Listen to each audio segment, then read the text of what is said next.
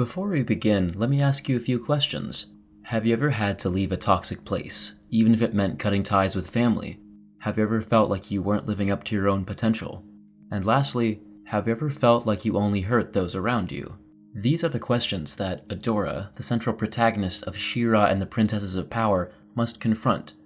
On the surface, Adora seems like your typical chosen one hero, the legendary savior destined to stop evil and save the world. But look a little deeper and you'll find a person who, in addition to wielding a magical sword and riding a magnificent steed, also has to face difficult emotional challenges, addressing issues like identity, purpose, and self-worth. What I find to be especially interesting is that even when Adora finds an answer to her struggles in the love and trust of her friends, she doesn't always internalize it. She has to gradually learn that she can trust others, that not everything is her fault, and that she doesn't have to be alone. She becomes a hero not because of her power or determination to fight for her cause, but in her love and compassion for those around her.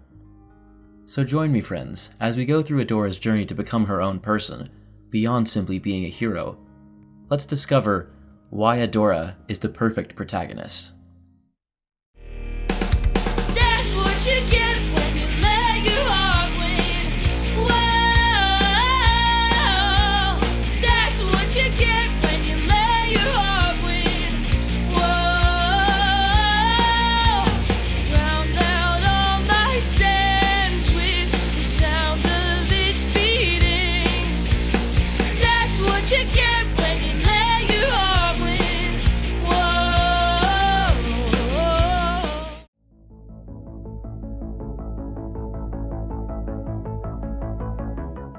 I think it's crucial to understand that Adora was deeply traumatized from her upbringing in the Horde. While Catra shows the most visible scars from Shadow Weaver's abusive parenting, Adora's troubles are far more subtle. As Shadow Weaver's prodigy, Adora was molded to be the perfect soldier for the Horde, a warrior combining Shadow Weaver's cunning and Hordak's brutality. Adora became a rigid perfectionist to live up to Shadow Weaver's expectations, and while she developed a keen critical mindset, it was also easy for her to turn this line of thinking on herself. Shadow Weaver also repeatedly placed the blame for Catra's misbehavior onto Adora, making her friends a direct responsibility. It's here where Adora developed the idea that if she wasn't perfect, her friends would suffer the consequences for her mistakes. Adora had to learn that this mentality was hurtful multiple times over the course of the story. She was terrified of seeing her friends get hurt, and often harshly blamed herself. Adora's self-critical attitude took on a whole new dimension when she encountered Bow and Glimmer. Adora had always known that the Horde had problems, but it was still her home. The realization that her family were the instruments of a brutal invasion completely shattered her worldview. All this time, Adora had believed that she had been training for a greater purpose, and seeing the truth about the Horde filled her with guilt. Adora's sense of justice spurred her to fully embrace her new role as She-Ra.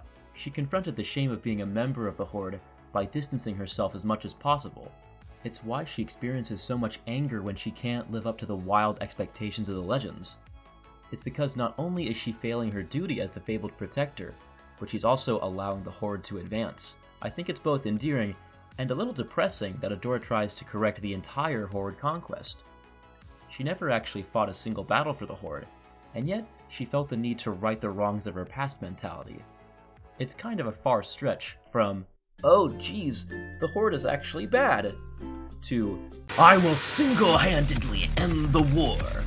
But I think it perfectly makes sense given Adora's newfound sense of identity from the sword and her overwhelming guilt. Adora's defection came with a terrible psychological price.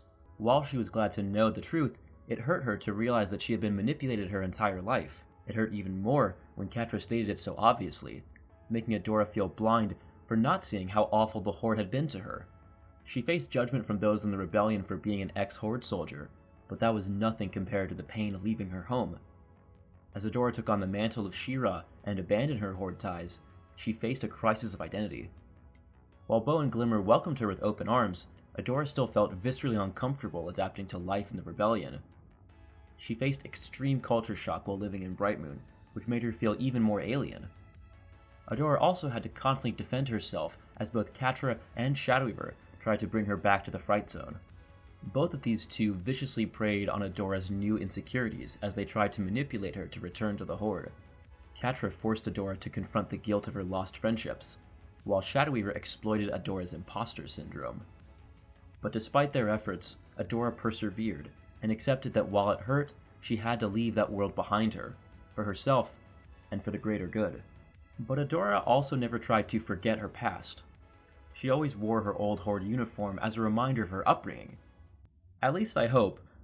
Oh god, I might be reading too much into this. Like, seriously, Glimmer got a redesign and Catra got like 2. It has to be intentional that Adora never got new clothes, right?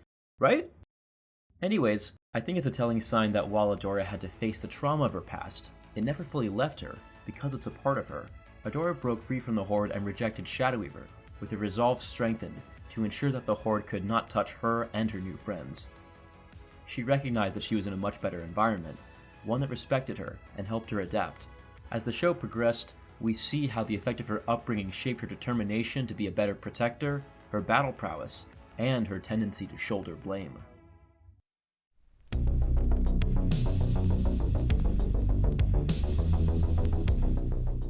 Living up to the expectations of a legendary messiah is no easy task.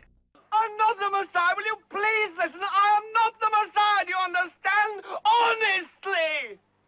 Only the true Messiah denies his divinity. What?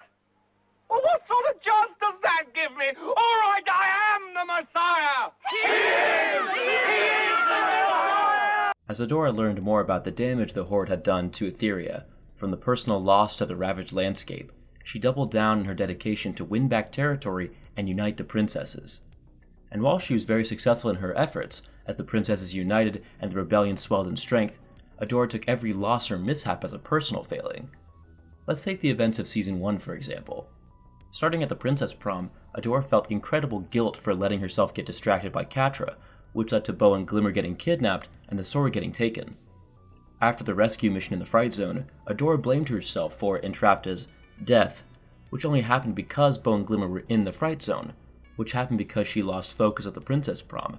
Later down the line, before the Battle of Bright Moon, Adora felt shame for not being able to convince Catra to leave the Horde, blaming the impending siege and Catra's actions on herself. Oh, I saw Catra in there.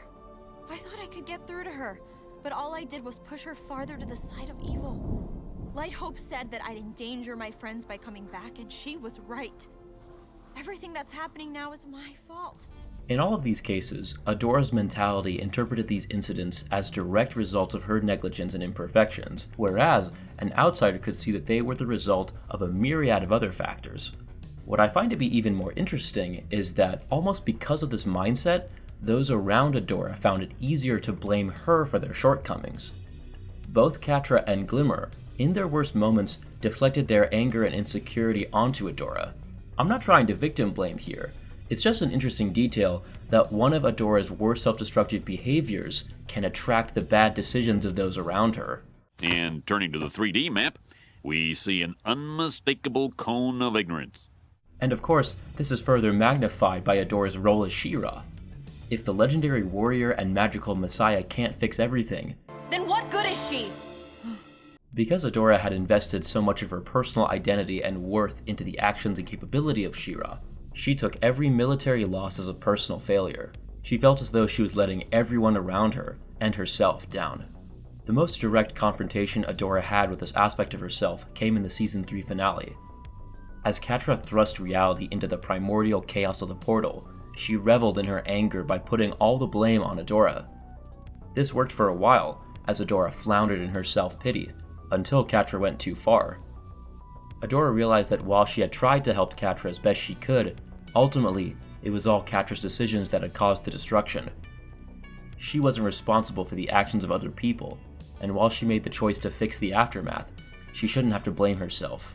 Adora had to accept that she had done her part and had tried, and now it was up to Catra to realize the error of her ways. The look she gave Catra represented her newfound determination. It stated simply, "I tried to help you, but I won't anymore." This was a harsh teaching moment for Adora, but a necessary one. This aspect of Adora's personality also created two distinct side effects. On the positive side, Adora had an immense sense of empathy, particularly for those still within the Horde. She had realized it was the right decision to leave the Horde, so she still had hope that others could make the same decision. Because she often blamed herself, she also made it her responsibility to help others see their own mistakes. It's why, Even after everything Shadow Weaver had done, Adora still healed her, and despite everything that Catra had done, Adora risked everything and saved her from Horde Prime. It's what made Adora such a noble hero, that she was so willing to forgive or understand her adversaries, like Entrapta and Catra. The other side effect was that Adora would often fixate on her duty as a defense mechanism. If things were going wrong, they were her fault, and the only way to fix that was to be better, to work even harder and devote herself more to be the hero that she needed to be. While there was indeed much work to be done, especially as the Horde became stronger and more capable, this tendency slowly began to eat away at Adora, until she began to sacrifice her own identity to the greater purpose.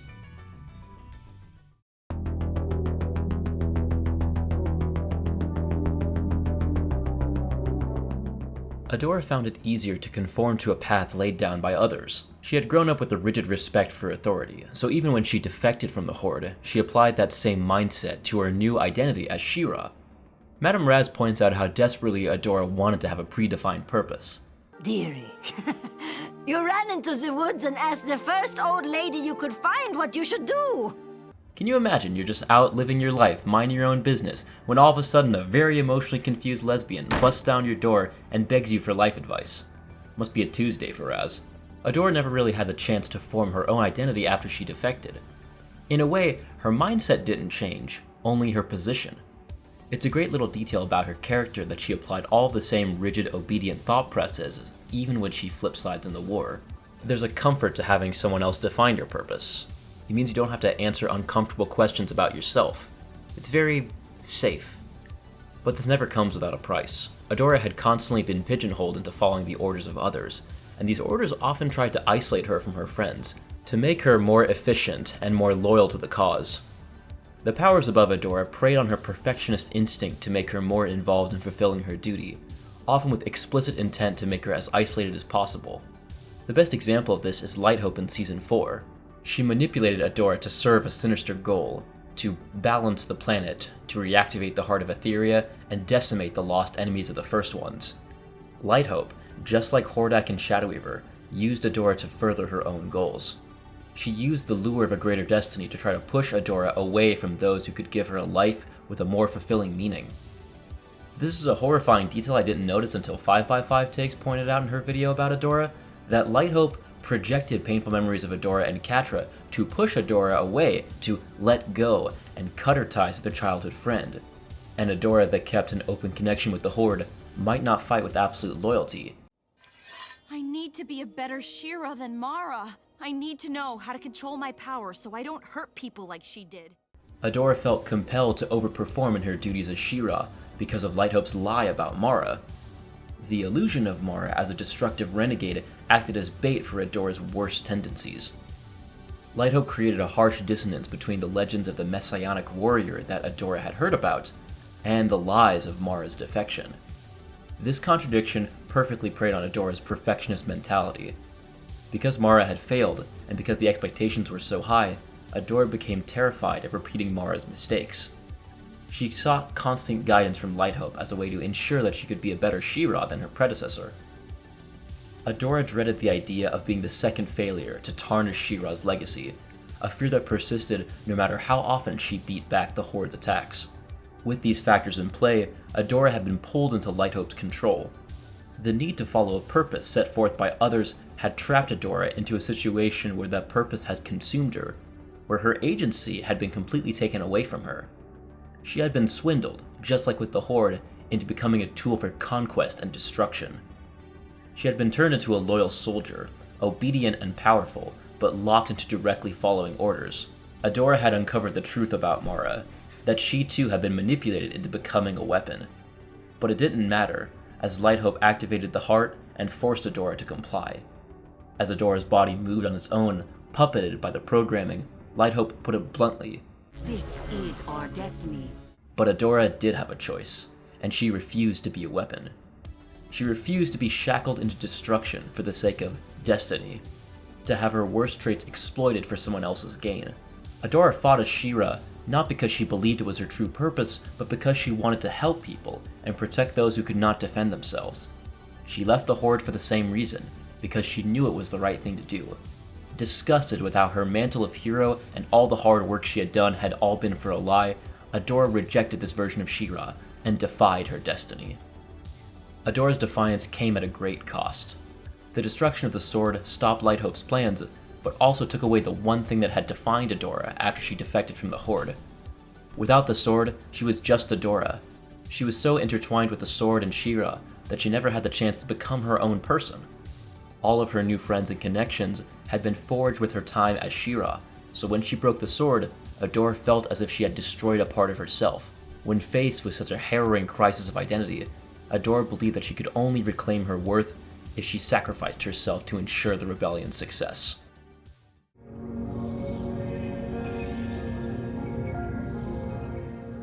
After forsaking the identities of both the Horde and the first one's She-Ra, Adora had a deeply troubling conundrum.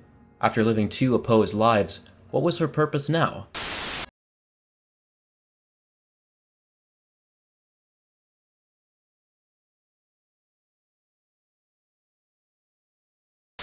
Well, the joke is she didn't have much time to answer that question.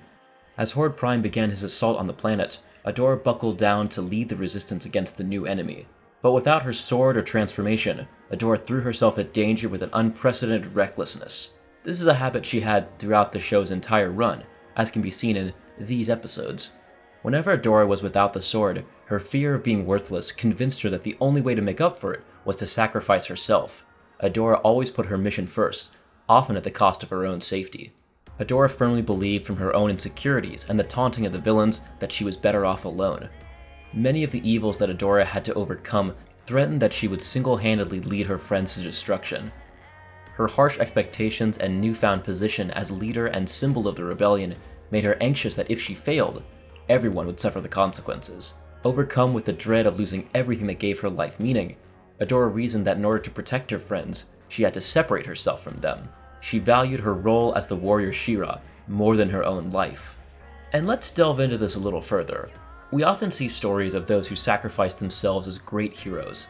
These characters face impossible challenges, and when faced with an ultimate choice between their own survival or saving the world, they pay the ultimate price. They put aside their very life for the greater good. Isn't that noble? They died so we can live. Isn't that inspiring? I don't necessarily agree. While I believe that it can speak great volumes about someone's generous nature, that they put the safety of others as a higher priority than their own, I think it can also indicate something truly sad. Saying you're not afraid of death sounds badass on paper, but it also means that you don't value your own life. It indicates that you believe that you would be better off dead, discarded so someone else can be happy instead. And what's more, this fantasy of dying to protect the greater collective can very easily be used to lure people into giving up their own livelihood and agency for the sake of their country, people, or ideology. It's a narrative that has historically led to untold acts of suffering and tragedy. Validating your own existence by dying is not a noble goal, and while it's often framed as a great heroic deed, there's more to a hero than dying for someone else. In other words, you're worth more than what you can give to other people. You deserve love too. Adora had to learn that she, not She-Ra, had value besides her accomplishments, that Adora was worthy of friendship, compassion, and most importantly, love.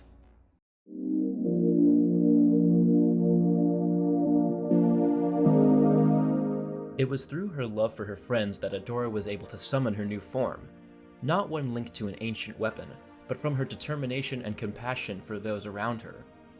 Adora's conviction to protect the ones she cared about became her greatest strength. This transformation first happened as Adora protected her friends from danger, and then later as she rescued Catra from Prime. Adora's new She-Ra was no longer a symbol of imperialism, but rather a beacon of hope and a protector of those who valued love and compassion. It is fitting that She-Ra's final challenge would be the emotionless dictator Horde Prime. Prime acted as a perfect foil to Adora. While Adora valued protecting her friends as her highest priority, Prime surrounded himself with mindless servants. Whereas Adora held herself in little regard, Prime viewed himself as the ultimate life form. Adora could not beat Prime at his own game, and he even called her out on it. She had too much compassion for her allies to match him as a ruthless warrior. Consequently, whenever Adora tried to act completely detached, forsaking her attachments to complete the mission, she became significantly weaker, even being unable to transform. When Shadow Weaver tried to separate Adora from Catra, Adora's paranoia and anxiety began to eat away at her psyche. Only when she was with Catra did she find the strength to persevere to the heart of Etheria. And speaking of that, you didn't think I'd make a video about Adora without bringing up Catra, did you?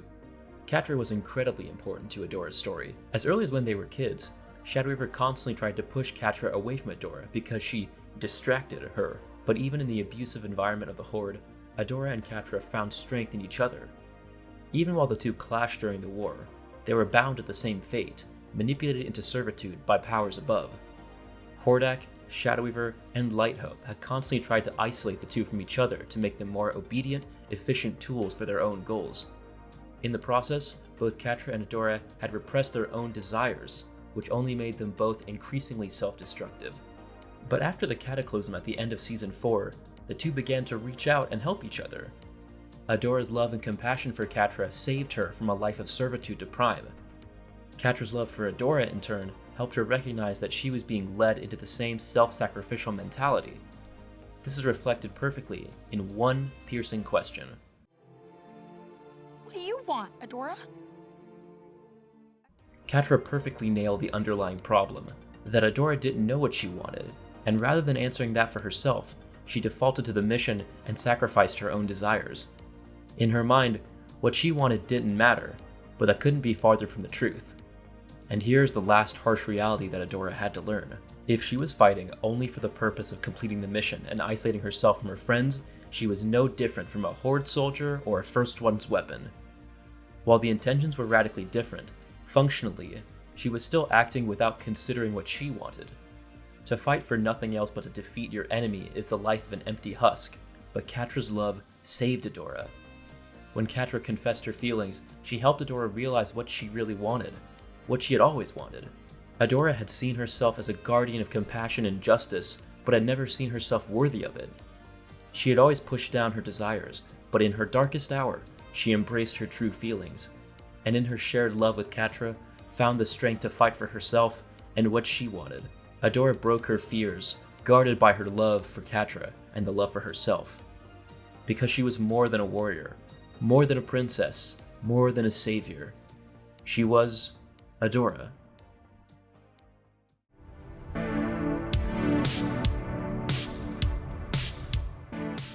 I'm gonna get a little personal here and say that I really relate to Adora. Adora's story can mean lots of things to different people, but what I find so beautiful about her arc is how she has to learn to slowly and incrementally internalize notions of her own self-worth. I've struggled with placing overly high expectations on myself before, and Adora's search for a purpose feels eerily similar to the, let's put it, existential dread I felt after finishing college. It felt really comforting to see a character go through similar feelings as I did, to not know what her purpose was, and to be okay with who they were. There's a lot of aspects of life that can make you feel like you don't matter, or that you're only as good as what you can do for others. But what Adora's story can teach us is that no matter who you are or where you came from, you are worthy of love, and you matter. A character that conveys such relatable doubts and fears, struggles against them, and eventually overcomes them in such a hopeful way, is, in my opinion, a perfect protagonist. Thank you so much for watching. This was super intense to work on, but I'm so proud of it. I want to give a huge shout out to Julian Tamers and Carolyn Strickland for creating the intro song. Go check out their stuff. I really appreciate all your continued support. It's been a really interesting first year for this channel, and I can't wait to show what I've got in store. If you enjoyed this video, click that like button, and if you want to see more videos like this in the future, why not consider subscribing? And if you're interested in seeing my eclectic fan art collection and lukewarm takes, you can follow me on Twitter at StarfruitGrady. As always, stay safe and have a wonderful day.